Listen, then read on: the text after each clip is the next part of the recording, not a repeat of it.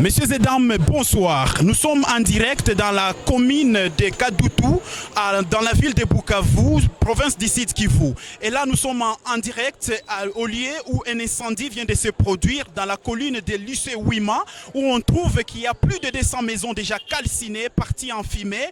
Jusqu'à présent, il n'y a aucune intervention. Il n'y a pas au fait des camions qui viennent déjà intervenir pour essayer un peu d'éteindre les faits. Il n'y a que la population qui essaie un peu de militer, d'essayer d'éteindre les faits de l'air mieux. Mais jusque-là, nous sommes là et on va essayer un peu de découvrir quelque chose qui passe de l'autre côté. Derrière moi, il y a des maisons qui sont parties en fumée, des biens matériels également calcinés. Il y a déjà des habitats qui ne savent plus à quel sali se confier. Ils sont là, assises, et d'autres sont en train d'essayer un peu de récupérer quelques miettes qui sont restées. Et là, la situation reste encore catastrophique. Avec moi, restez avec nous parce qu'on va vous faire découvrir cet incendie qui vient de se produire avec mon frère Bonheur qui est derrière la caméra. Merci.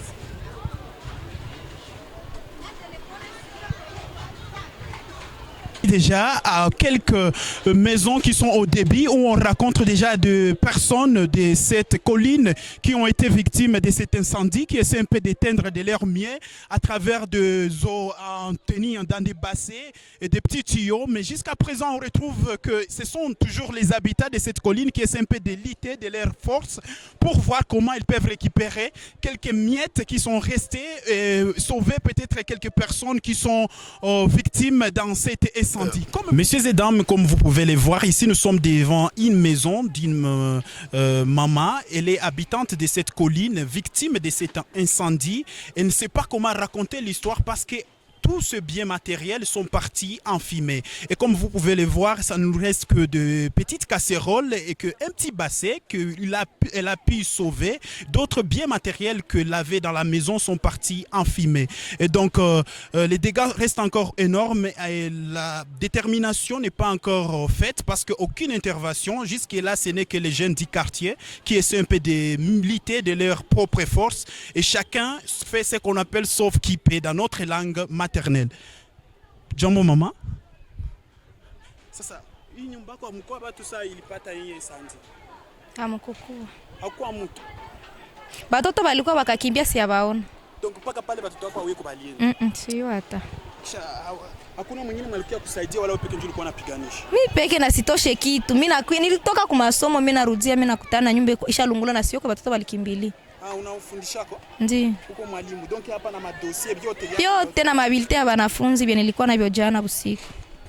Tulikuwa na ikala tu barabara kama vitidi ya bajene. Baadaye asa tukasikia banalalamika nyumba zinalungula. Shemu kutoka kwa tulikuwa na ikala. Tukaangalia kote moja hapa hivi. Moto ilikuwa mplafo. Alors tukapiganisha sasa vile bajene. Tukapiganisha, tukajaribu kubomola manyumba, lakini moto ilikuwa na presio ya mingi sana mpaka inapanda kote ya ITFM. Tunaweza estime madesa et plus maison. Si vile sa vile bakaaji ya huku paske njo deuxième tour wi manyumba inatulungulia hapa. Tunasi wakuu viongozi wa province yetu ya Sud Kivu ama mvile yetu ya Bukavu batusaidie kabisa, jua tujue kabisa tutafanya nini. Tunaona magumu inakuwa mingi kabisa, ya moto inakuwa mingi huku na kule, tunakuwa nasikia manyumba zinalungula zinakuwa za mingi sana. Asinga akura mai linye mbili zilipita na kutanana ya ITFM ilikuwa shakuya kisha lisese likuya mwenye mule alikuwa mule ye peke ikafanya ikakutanana ile kukutanana njo moto kawaka. Tulikuwa kwa barabara mule mkanza toka moto baba alikuwa kule kumabende bansema mutoke mwende mtoshe vitu juu mwangu ni umu hivi kwenye tulikuwa na tokea kwa barabara moto shawaka nyumba yake lishawaka ile papa katoka tu hakutosha hata kitu na shie fetu na kiasi na shitu toshe vitu tatosha nyumba yote lishawaka kifukutu. Tukatoka tukakimbia. Hapana ya lise njo ilipita na kuya na kuko ingine ilikuwa lishakuya. Shaflame katokea pale. Messieurs et dames, comme vous pouvez les voir, il est toujours 18h passé des 40 minutes. L'incendie continue toujours à ravager des maisons et des biens matériels sont toujours partis en fumée. Et donc, comme vous pouvez les voir, déjà des témoignages récoltés sont en train de nous dire que c'était des fils électriques qui ont entré en cohésion et que ça produit des éclats qui ont commencé à ravager la première maison depuis 16 heures passées de quelques minutes.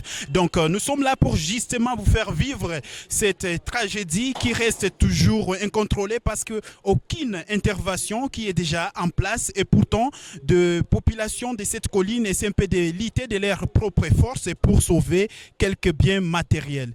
Les personnes interviewées nous ont témoigné qu'il y a déjà quelques personnes gravement blessées et une autre qui est à l'agonie, mais jusque-là, il n'y a pas un camp de personnes qui sont mortes. Donc, les bilans restent toujours à déterminer peut-être demain matin, mais en attendant, vivez toujours cette ambiance qui se trouve sur cette colline. Ça fait plus de 2 fois que des maisons sont calcinées ici, après également plus de 2 ans qu'un éboulement s'était produit ici et qu'on avait jugé, le gouvernement passé, de faire migrer la population de la colline de l'Issouima vers Tikera, à Bagira, mais nous retrouvons que toujours la construction anarchique continuait toujours à s'amplifier vu qu'il n'y avait pas la réglementation qui était bien appliquée et cela reste une question à demander et à prendre en considération chez nos autorités. Merci.